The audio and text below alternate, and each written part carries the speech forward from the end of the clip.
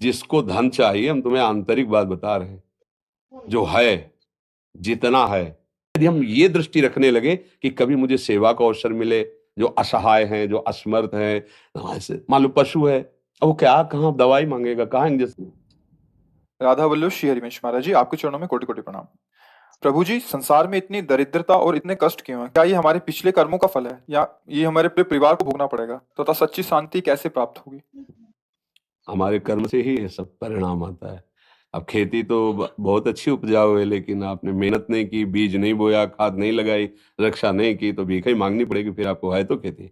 तो कर्म भूमि है, जहाँ जैसे भी शुभ अशुभ कर्म करोगे, आपको वैसे ही फल भोगने पड़ेगा। ये पीछे की खेती है जो अभी भोग रहे हो। अब संभाल लो, अब संभाल लो, तो वर्तमान भी आनंद में होगा और भविष्य भी आनंद में होगा। हम कोई पशु नहीं कि हम केवल पीछे का ही भोगते रहे और उसी के अधीन रहे। नाम जप करो भगवान का और दूसरों को सुख पहुंचाने की भावना करो, अभी दरिद्रता नष्ट हो जाएगी।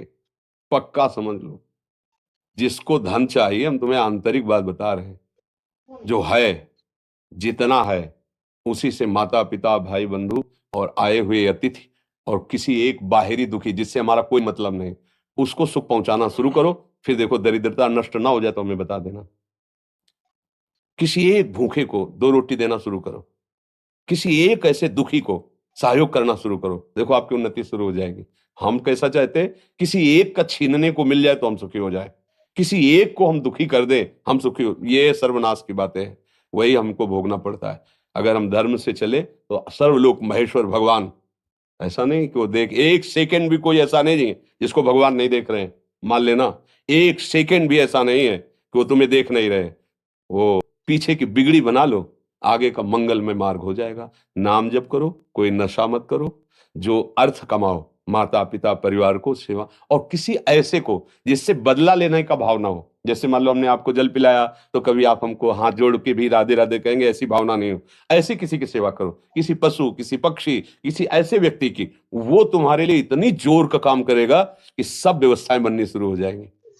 वो कैसे बनाता है समझ में नहीं आता, और जब कर्म बिगड़ जाते हैं तो कैसे बिगड़ता है संभाल भी नहीं पाते। इसलिए उसको रिझा लो, सारी बात बन जाएगी। भाई वो वृद्ध कोई ऐसा भूखा प्यासा बीमार पड़ा हो, इन बातों पे लोग ध्यान नहीं देते। कोई पशु ही है, सेवा का अवसर मिला है, तन मन धन से कर दो से उसका परिणाम जो आएगा। हाँ, एक बार हम वाराणसी में घाटों में रहते थे, आप बताएं, ऐसा प्यार भरी दृष्टि से जब देखा तो हम ऐसे ऐसे उनको, अब हमारे पास तो अकिंचन, कुछ ना सुविधा है, ना पैसा है, ना भोजन है। घाट में रहते थे, जो महादेव जी दे देते थे उससे में रात दिन अपने भजन मार्ग, किसी आश्रम में नहीं जाना, किसी से मांगना नहीं, ऐसा है काम। पर उनकी जो दृष्टि मिली, ये जो आज आप लोग सुन रहे हैं, जो आज आप लोग अनुभव कर रहे हैं, ये केवल इन्हीं महापुरुषों की कृपा से है। साधना तो क्या है, जैसा बना वैसा, वो क्या, कृपा में बहुत बड़ी ताकत। तो ये जो हमारे दुख हैं, विपत्तियां हैं, ये सब नष्ट हो जाएंगे यदि हम ये दृष्टि रखने लगे कि कभी मुझे सेवा का अवसर मिले, जो असहाय हैं, जो असमर्थ हैं, ऐसे मान लो पशु है, अब वो क्या कहाँ दवाई मांगेगा, कहाँ इंजेक्शन, अब उसका पैर टूट गया है, हम उसको ले जाएं जहाँ पशु अस्पताल, उसको दवाई करवाएं, उसको जब तक थोड़ा ठीक ना हो जाए तो उसको खान पान की भगवान रीत जाएंगे। सच्ची मानिए, पर ये बातें सबकी समझ में नहीं आएंगी। अगर ऐसे भाव से चलो तो पूर्व का जो अशुभ कर्म है वो नष्ट हो जाएगा। वो अशुभ कर्म ही हमें दुख देता है, अशुभ कर्म ही दुख देता है। ये जो हमें भुलावे में डाला जाता है ना कि हम ये कर देंगे तुम्हारा दुख दूर हो जाएगा, बिल्कुल नहीं।